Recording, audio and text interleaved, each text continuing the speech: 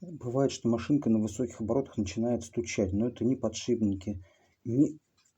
То есть там амортизаторы, они исправные, они нормально ходят, но у них есть в таком положении поперечный как бы люфт. Вот так вот я изгибаю.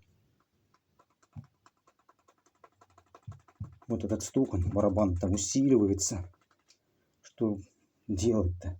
Вот другого типа амортизатора, другой конструкции, он жесткий.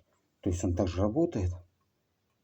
Вот в крайнем положении он есть маленечко. Здесь намного тише. Обязательно сравниваем вот эти вот резинки по толщине. Потому что добавится еще больше стука, если они будут узкие, например.